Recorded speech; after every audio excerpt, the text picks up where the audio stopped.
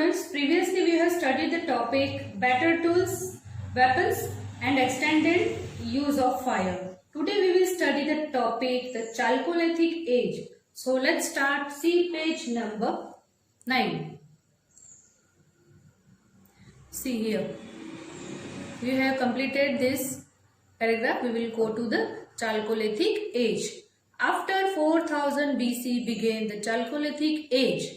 Now man has discovered copper, so they began to use copper along with the stones.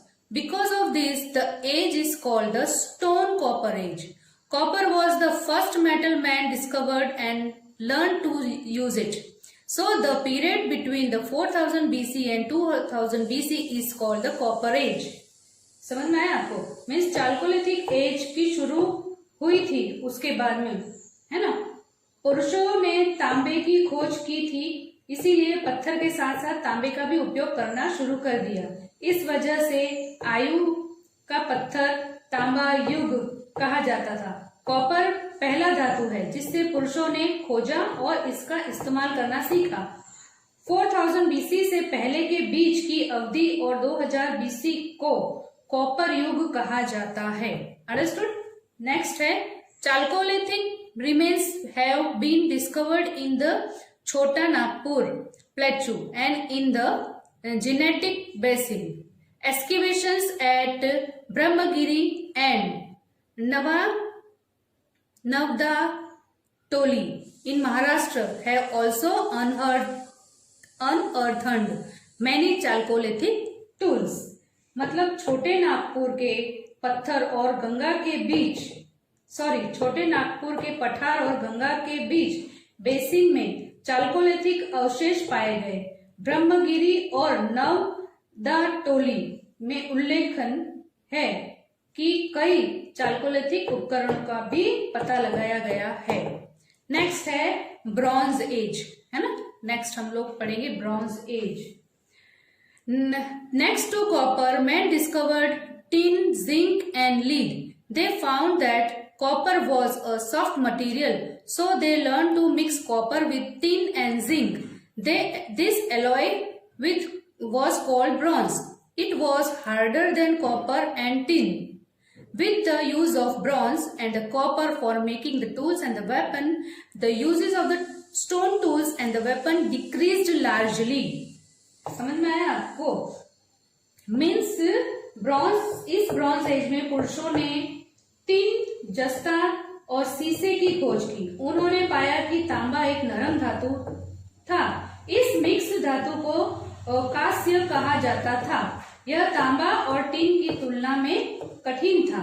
उपकरण और हथियार बनाने के लिए कांस्य और तांबे के उपयोग के साथ पत्थर के औजारों और हथियारों का उपयोग काफी हद तक कम हो गया था.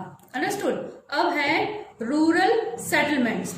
With the discovery of the fire, wheel, agriculture and the metal, men began living a settled life in straw huts. They also developed family feeling. The oldest male members was the head of the family. These families set up their straw huts closer to each other, near a river or a lake. So a cluster of such huts become a small village or a settlement. These were usually built on the high ground to keep safe from rain and flood waters. The rural assessment were usually enclosed by a mud wall and a thick hedge for safety. मतलब ग्रामीण बस्तियों और कृषि और धातुओं की खोज के साथ पुरुषों ने झोपड़ियों का भी एक स्थापना करने का सोचा. इसी व्यवसायिक जीवन को जीना शुरू करने के लिए भी सोचा. उन्होंने परिवार की भावना को कभी विकसित किया. सबसे बुजुर्ग पुरुष सदस्य परिवार का मुखिया था, मीन्स हेड था. ये परिवार एक नदी या झील के पास एक दूसरे के करीब अपनी झोपड़ियां बनाते थे और वो ग्रुप में रहते थे. मीन्स इस तरह एक बस्ती बन जाती थी. खासकर बारिश या बाढ़ के पानी से बचने के लिए वो झोपड़ियां ऊंची जमीन पर बनाते थे. तो children, we have completed our first lesson. ठीक है, आपको समझ में आया होगा। इस लेसन में हमने सब कुछ पढ़ा, सारी एज पढ़ी, कौन सी एज पढ़ी है आपको पता है सब कुछ। फायर कैसे मतलब खोज किया, फायर को कैसे खोज किया, व्हील को कैसे खोज किया, रहने का और खाने का सब कुछ, कौन सी एज में क्या क्या, वो सारे डिटेल आपने इस एज में, इस लेसन में पढ़ा है। बहुत सारे इसमें पीरियड्स थे, प्री हिस्टोरिक पीरियड था, फिर नियोलिथिक पीरियड था, मेसोलिथिक पीरियड था, फिर ये हमने पढ़ा चाल्कोलिथिक एज पढ़ा, ब्रॉन्ज एज पढ़ा। सारे एजेस में हम लोगों ने बहुत सी चीजें पढ़ी और हमें इसकी जानकारी भी मिली। मैंने भी पूरी कोशिश की आपको लेसन समझाने की। फिर भी अगर आपको डाउट है कोई, तो आप स्कूल के व्हाट्सएप नंबर पे या कॉल करके आप पूछ सकते हैं। Till then, bye bye, see you soon.